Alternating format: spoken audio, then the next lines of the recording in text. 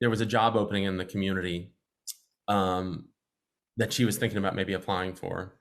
And then she sent it out to about 100 people. And I was like, why are you doing that? Like, don't you want that job? She said, the right person always gets the job and nobody can steal your success. There are no secrets to success, just things you haven't learned yet. And once you learn them, it's up to you to apply them. I'm Jamal, aka Boss Eagle, Billboard charting hip hop artist and music business coach. Join me as we talk digital marketing, social media, technology, and more, and share interviews with industry professionals to help you unlock the secrets and take control of your music career. Because we are the new music business, and this is the Indie Musician Secrets Podcast. What's up, everyone, and welcome to the Indie Musician Secrets Podcast. I'm your host, Jamal, aka Boss Eagle, Billboard charting hip hop artist and music business coach at Business Minded Musicians. And I'm so excited today to have a guest on the show, Mr. Ben London from Black Fret. And so we're going to be talking to him about his experience and everything today. But before we dive in, I just want to remind you that you can listen to the podcast on all of your favorite streaming platforms. Don't forget to rate, review, download, subscribe, all that good stuff. So without further ado, Ben, thank you so much. Welcome to the show. Hey, thanks for having me. It's great to be here. Absolutely. We met last year at an event for Black Press. Seems like it wasn't that long ago, or maybe it's like forever ago. It just depends on how. It's hard to tell with the pandemic what year it is. Exactly. Is it still the 90s? I don't totally know. So it is actually, yes. So, in my mind, it is, right? I would vouch for that. Even if the exterior doesn't represent it in my mind, it does. Right. Exactly. Yeah. So like I said, welcome to the show. I'm glad that you were able to join and come share some of your wisdom and experience and knowledge. Most of our audience is independent musicians, and so I'm excited to be able to have them be exposed to people who are in the industry, working in various aspects, to see kind of what's going on. So just so that we can get to know a little bit about you, tell me a little bit about just your background. Where are you from? Where'd you grow up? Sure. What would your life look like, coming up as a kid? So I sometimes refer to myself as an academic brat, kind of like an army brat that moves around a bunch. My dad was a college professor, and so we lived in some different places where he was teaching. So I spent the bulk of my youth in, I was born on the East Coast in Northampton, but spent the most of my formative years either in Champaign, Illinois, or in a suburb right outside of Cleveland, Ohio. Um, yeah, so I mean, I've lived in some different places and then ended up out here in Seattle after I graduated from college, and I've been here for quite a long time now. How did music enter your life? Like, what did that look like? Sure. Well, I got to say it's and I can thank my parents or my father for this. So my father was a composer and a conductor and a professor, and so it was a very musical house growing up.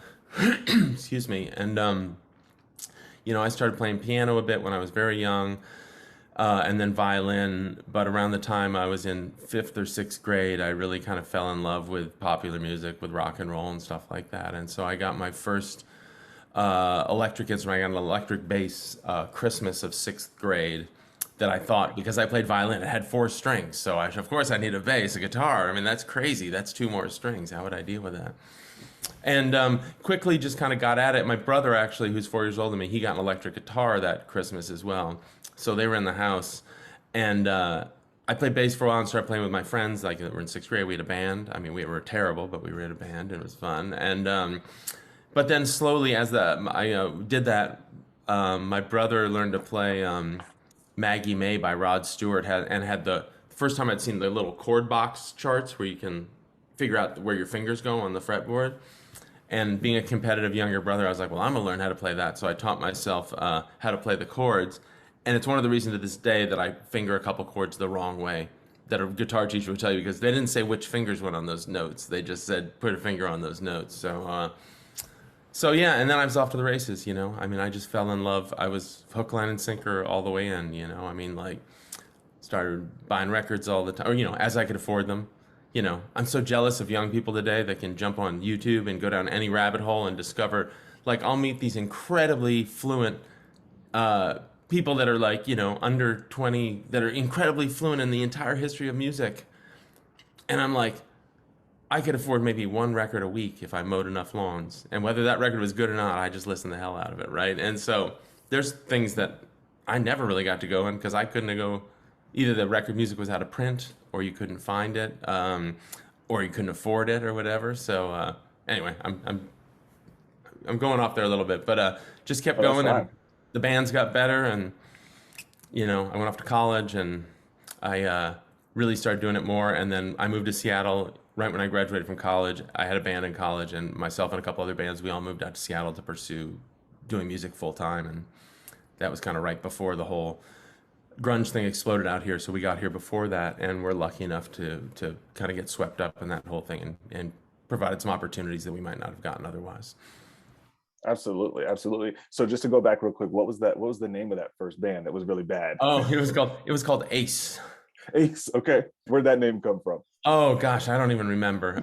It was just a bunch of classmates of mine that were either in my grade or a year above, and it was like basically at that point in life, it's the usual suspects of anybody that has an instrument. She's like, "You have drums? Okay, you're the drummer." It wasn't even a kid. I don't think. I think they had a snare drum that they used for band or something like that.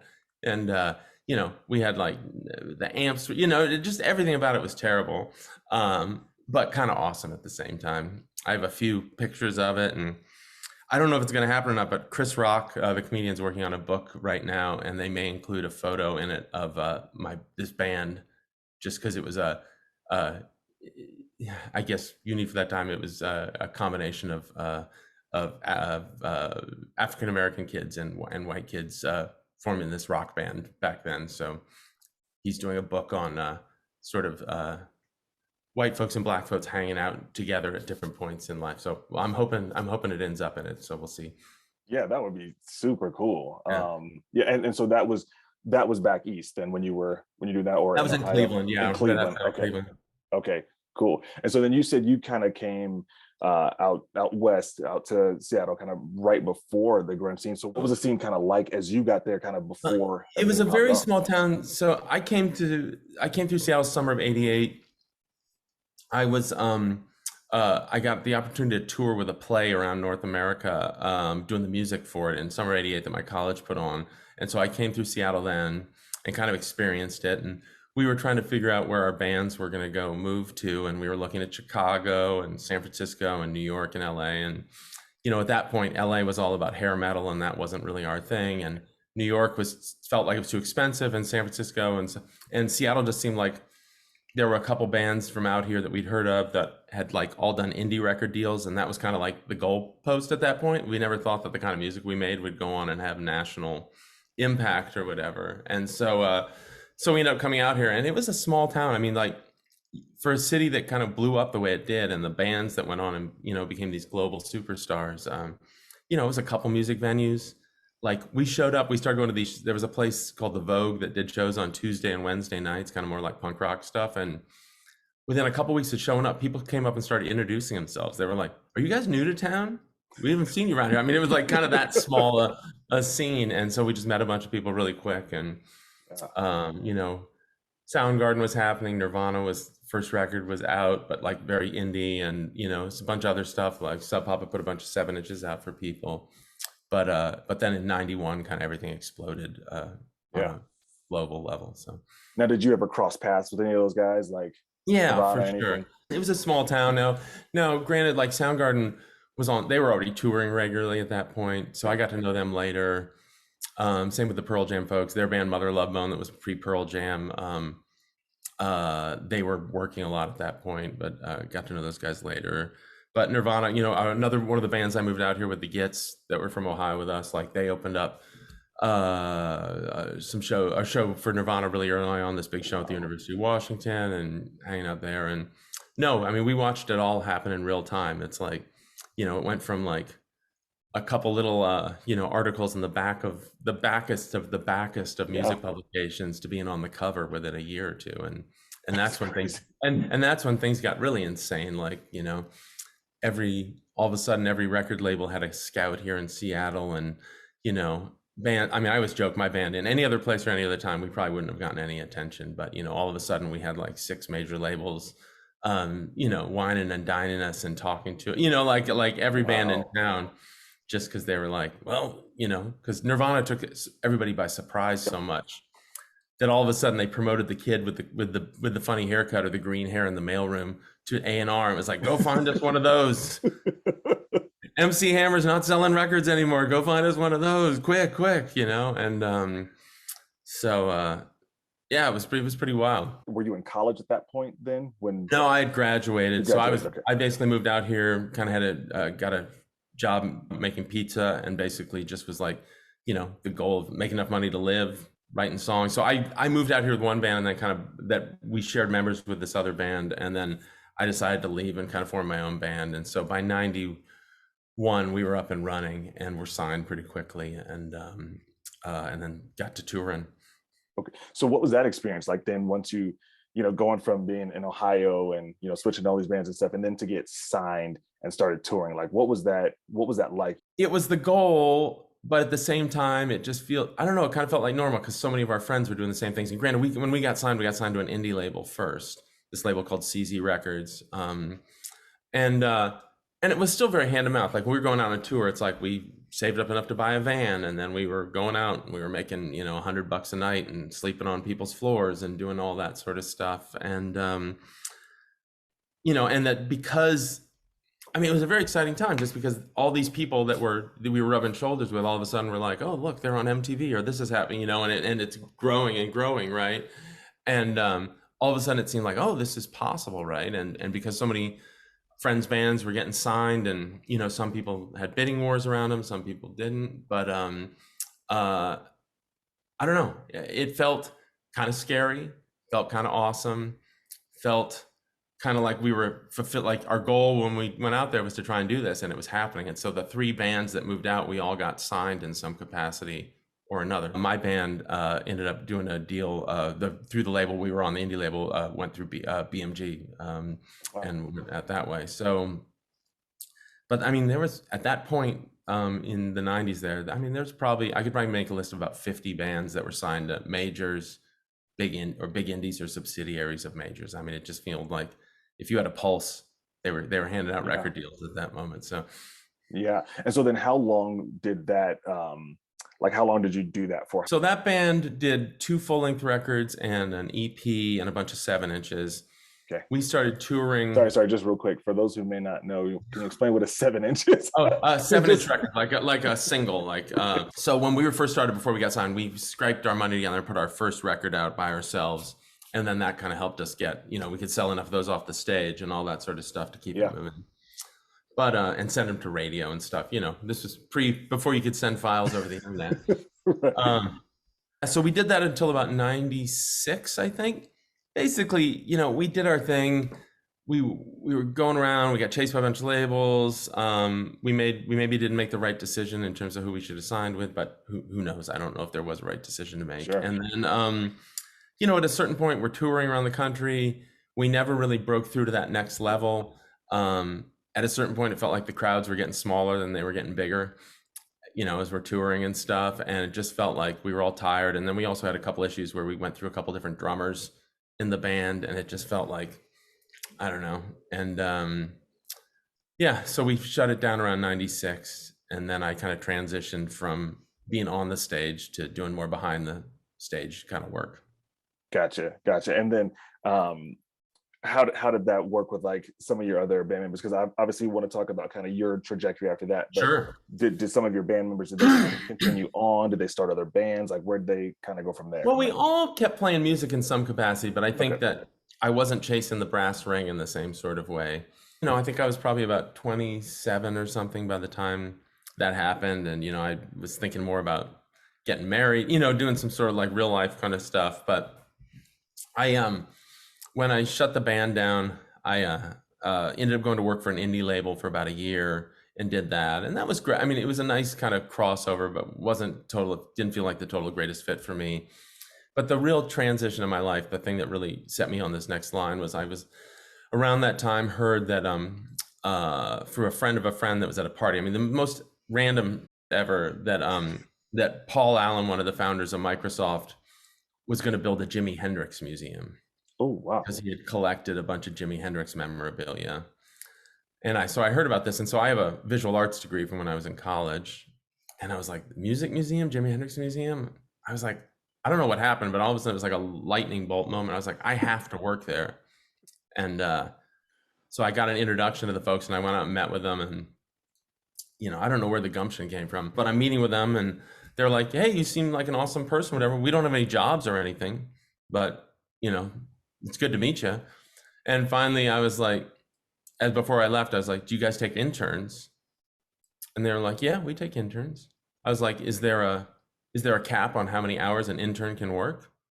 And they were like, no. I was like, can I intern full time? Wow. And they were like, because I was lucky enough that I when I left the label, I had a little bit of money saved, and so I knew I had a couple, like 3 months or something. Sure. So I just went all in. I started interning full time, and they hired me within 6 weeks of doing it. Wow. So this was at the Jimi Hendrix Museum then? Yeah, well, it ended up being called Experience Music Project, and they broadened their scope into all music, not just Jimi Hendrix. But so I started off on the lowest level in the curatorial department. I spent a lot of time just like measuring artifacts and entering things into databases and stuff. But then over the course of, I was there for, close to 7 years, 8 years, something like that. But okay. I started at the most entry level. I started as an intern, and I left the organization as a senior in a senior position. So, over that time, I learned. So it was like kind of like going to grad school, all these sorts of things. And sorry, just real quick, I just want to let folks listen out there. This is the hustle. This is right there. 100%. I have never gotten a job. I've never gotten a job off sending a resume in my entire life. Yes. It's all networking, it's relationship building, and betting on yourself. Even what I'm doing right now is only because I went and I went and hunted it and captured it and brought it in, Yeah, so, absolutely. Just give me a little bit of a time frame there. So the internship started about what year was that? So it was probably like 96, 97, something like that. Okay. And then I was there until 2004, 2005. I should know these dates better. They were building the museum and everything. So I was there for, I think 4 years before it opened, 3 years before it opened, 4 years before it opened, and then about 3 or 4 years after it opened. Sure. So I was doing a lot of curatorial stuff. I helped develop the exhibits with a bunch of people, but, I did artifact acquisition and did a lot of media generation where we were going out and doing oral histories with artists and people behind the scenes. And then once we opened, I transitioned into more of a role of running or working to manage our public programs. So like all the concerts, films, speakers, all that kind of stuff. And it was a great experience. I mean, it probably never happened again. That we had, at that point, I think Paul Allen was the second richest person in the world. Him and Bill Gates kind of went back and forth. And so we didn't really have a budget, and it was just trying to get things going as quickly as possible. And so we were able to they'd sometimes be like, go do this. No, okay. But it costs us. Nope, just go do it. Right. And so got to meet a bunch of my heroes, and, got to travel a bunch and just have a bunch of really great experiences, and everything from, like at our grand opening for the museum, we did this thing with VH1. So over the course of 2 days, we had like Metallica, Dr. Dre, Snoop Dogg, Kid Rock, No Doubt, Beck, The Eurythmics, bunch of Seattle artists. I'm trying to think of what's all played. So like across the board. Yeah. So here I am, like walking around showing the Cold Crush Brothers, like our hip hop exhibit, and then Beck comes along, like, "Hey, Beck, you guys should know each," So you're like sort of doing all this sort of like matchmaking stuff. Right. What made you transition out of working for the sure so into the next thing? Again, this is sometimes things are out of your control, right? So post 9/11, tourism took a big hit. People stopped traveling, kind of like what happened with the pandemic more recently. And so at that point, after the museum had been open for a while, they started sort of figuring out, putting more budgets toward things and trying to get the spending in. And so I ended up getting laid off. They ended up getting rid of the public programs department, which was fine. I mean, I was bummed at the time, but I kind of feel all this stuff happens for a reason. Yeah. Which I guess people only say if it works out on the other side of that. Otherwise, you're like miserable. yeah, exactly. Otherwise, I'd be a bar stool about it today.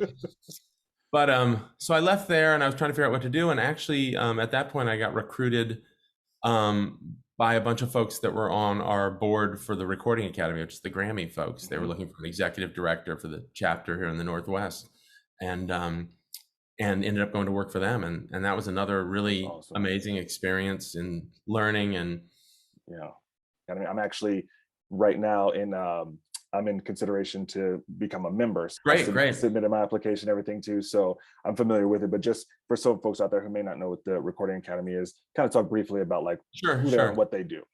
Well, I mean, the thing that most people know about the Recording Academy is the Grammys, you know. So that's and people always ask, so you work for the Recording Academy, what do you do the other 364 days of the year when the show's not on, right? So, but in some ways, the Recording Academy is really kind of like a trade association membership group. It's people that work in the industry. And so what I was most excited about what we got to do was we did a lot of professional development education for our members and people in the community.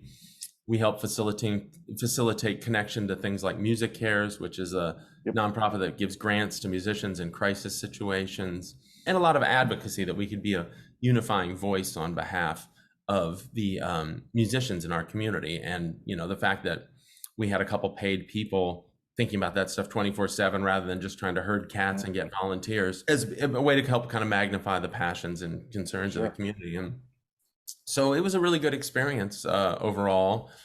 Awesome. I've realized one thing about myself over time, and maybe I'll have to send you a check at some point because it's going to turn to therapy, right? So, but, I've realized something about myself in some ways, that I think I like building the post office more than I like delivering the mail.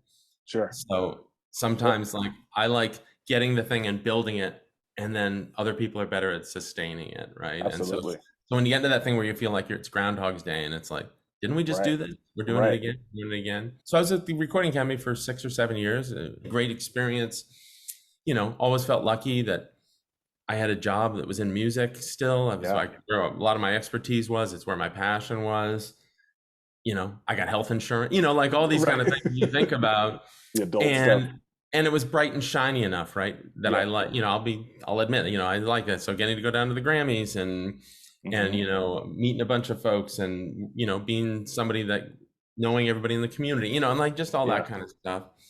So I did that for a while, for like that period of time. And then I was getting, like I said, I think I was getting the sort of sameness of it over and over. And then organizationally, they were going through some changes and trying to figure out what the next step was. And so I kind of felt this push that I was like, I don't know if because Seattle was like one of our smaller offices. I was like, I don't know if what's going to happen with this. And I kind of don't want to wait around to see if I have a job a year from now. And around that same time, a good friend of mine, Dave Dieterer, who was in that band, The Presidents of the USA, who you might know, you know, they were big in the 90s in Seattle, like Lump and Peach, you know, they had a couple big hits.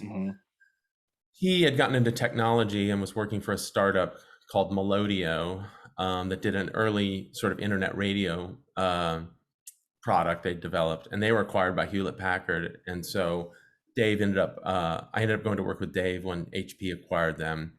And that was good. You know, I was feeling this sense particularly in Seattle, it's like technology was like exploding, and I was like, am I missing the boat? Do I need to be a part of this in some way? And was also sort of like, I think, you know, not just being realistic for the people watching, you know, sometimes it's about passion, it's all that stuff. Sometimes it's like, you know, and I could stand to make some more money too. You know, I had 2 younger kids at that point. And so I went to work with him. And so we developed a couple things there that were great. They had the radio product. This is the point where HP was trying to play catch up, as a bunch of the PC makers were with Apple, and they were like, well, we need to create our own iTunes. We need to do this. We need to do that. And so we, over the course of the first 2 years, went out and built a really robust offering of the radio product they had, and then an early version of what were called cloud lockers. So again, this all seems so old now, but there was a point where when you were buying all your MP3s from iTunes or Amazon or people like that, you would have them on your PC at home, but it was harder to kind of get them from device to device. So what cloud lockers were at that point were a point where you could load it all up to the cloud. This was before people knew what the cloud were. Early cloud, and then you could download it, you know, so basically you could keep it in a safe place. And so we built this whole thing, And then in the 11th hour, HP decided that they were too risk adverse to launch it. They thought we were going to get sued by all the rights holders, even though we'd figured that out. And ironically, so they shut it all down. And then ironically, Amazon launched the same product like 6 weeks later or 2 months later. And there was no lawsuits. You know, Oh, I mean, man. man, That's rough.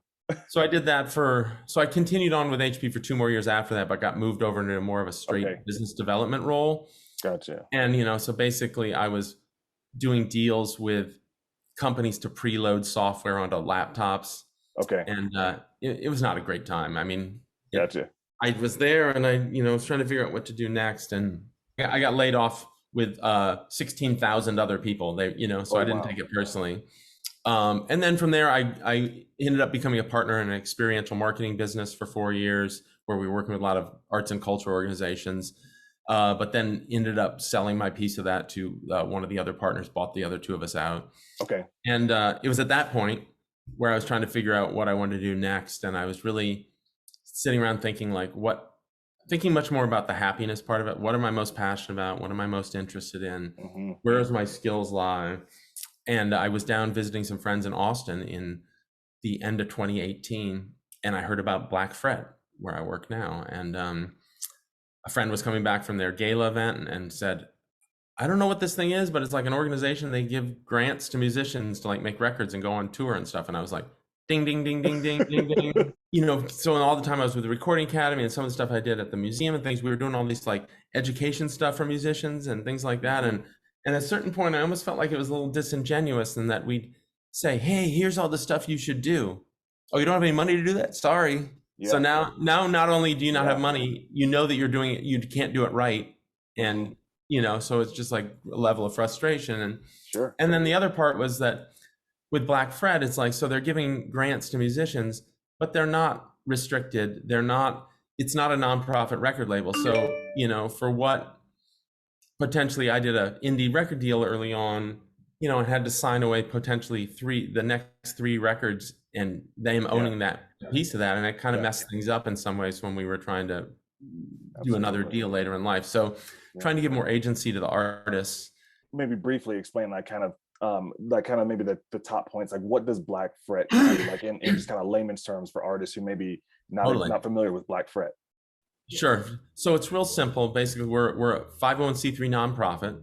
So we're not profit. We basically have our member/donors, which are not the musicians themselves, they're music fans or community supporters. And those folks pay $750 a year.